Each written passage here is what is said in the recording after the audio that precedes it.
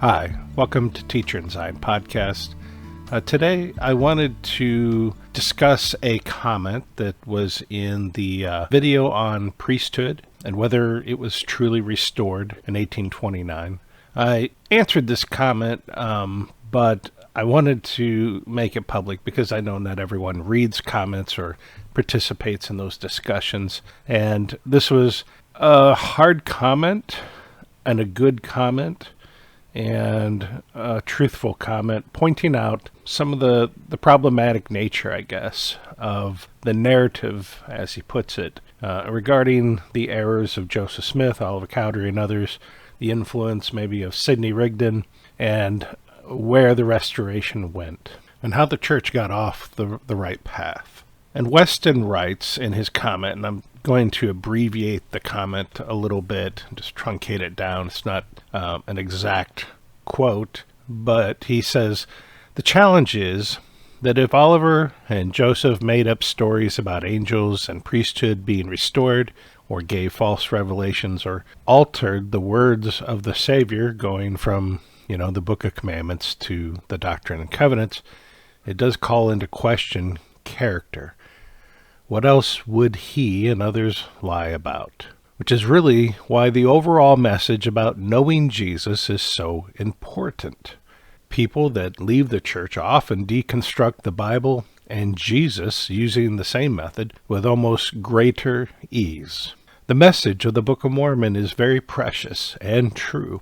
Maybe we could all justify a lie in order to preserve the Book of Mormon. Much like the LDS has become a stumbling block, I worry that this narrative might be more of a reason for people to never accept the Book of Mormon. The truth of the word is powerful enough of a message for me to believe. But if I knew all of this stuff beforehand, I might not have looked into the Book of Mormon in the first place. Seems like nothing in this restoration was true except for the Book of Mormon. Everything else was a lie, essentially. That is what David Whitmer says. That's a lot to ask of people.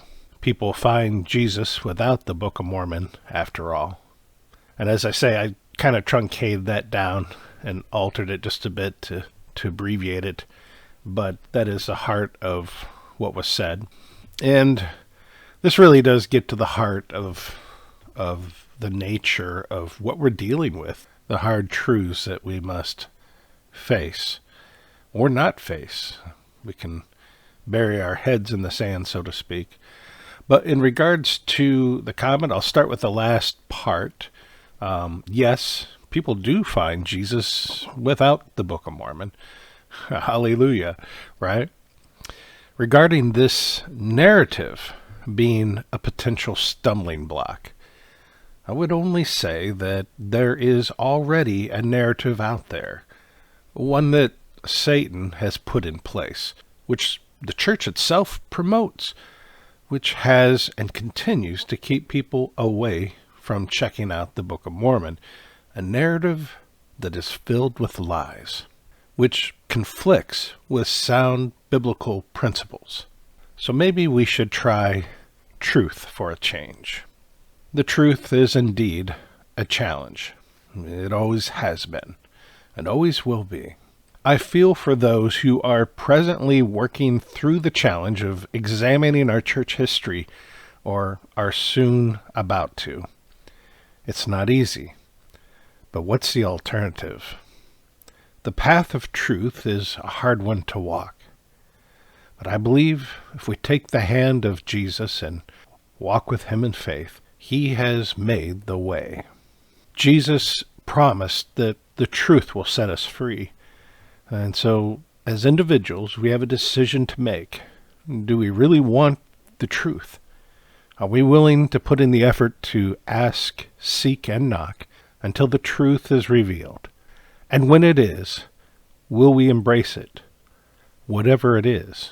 Or do we prefer our comfort? Do we just accept the answers that others give to us and not check it out for ourselves? Or will we even walk away when things get hard? This is why many marriages end. It's just easier to dispose of the messiness of a troubled relationship and, make our own happiness the highest priority. If we are followers and disciples of Christ, then we're in a marriage with truth.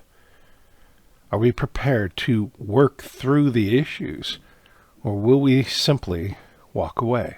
Throughout human history, Satan has tried to define the arguments for us and then offer the solutions.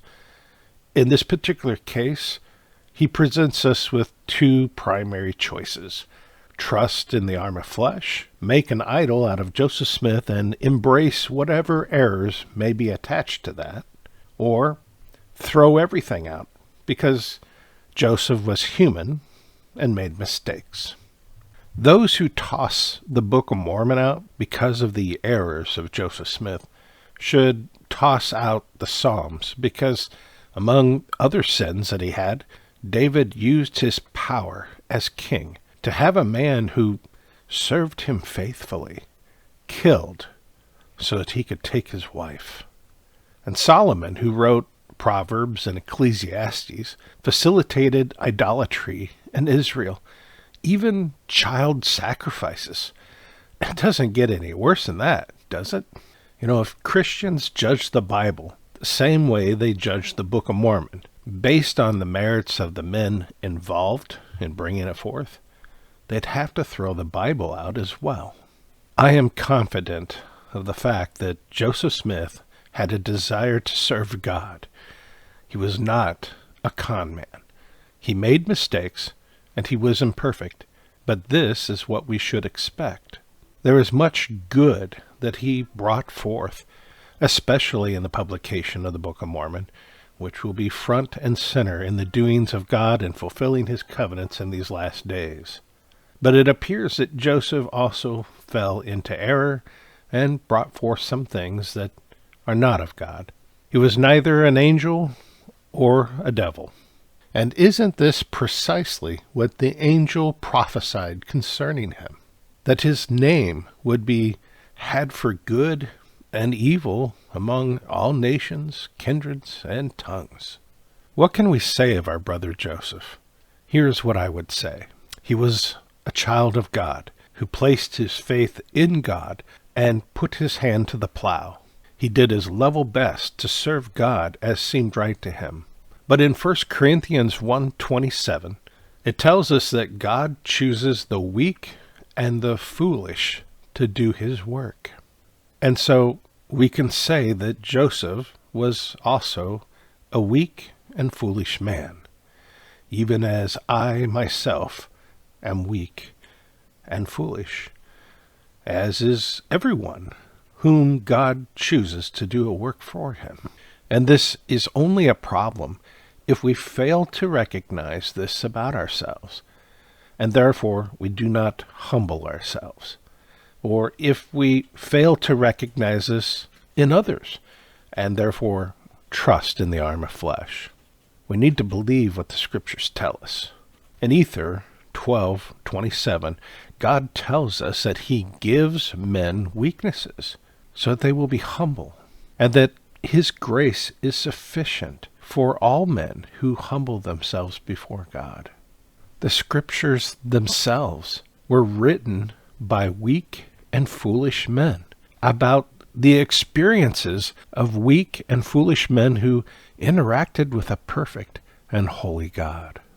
When it comes to the history of the church, there are many questions we do not have the answers to, things that we can only speculate about and turn to God to make sense of, taking a hard, unflinching look at the errors that crept into the church and the inconvenient facts attached to them can become a hard pill to swallow.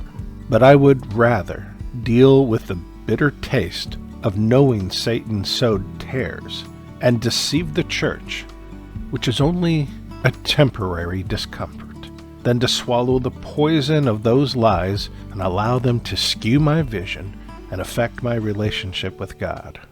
Any discomfort we feel will soon be replaced by the eternal joy of being set free by our Lord and Savior to walk in the light of the truth with Him. Amen. And before we end this video, I wanted to thank those who donated to help me get the new hardware due to the end of support for Windows 10. This new computer should serve me well and be able to edit and render videos.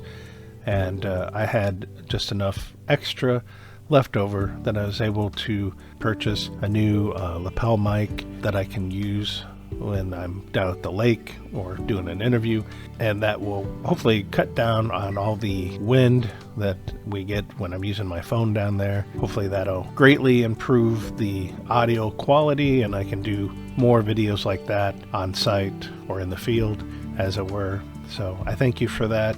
That's a blessing for my family that they don't have to shoulder that burden. I just appreciate it. So thank you so much, and God bless.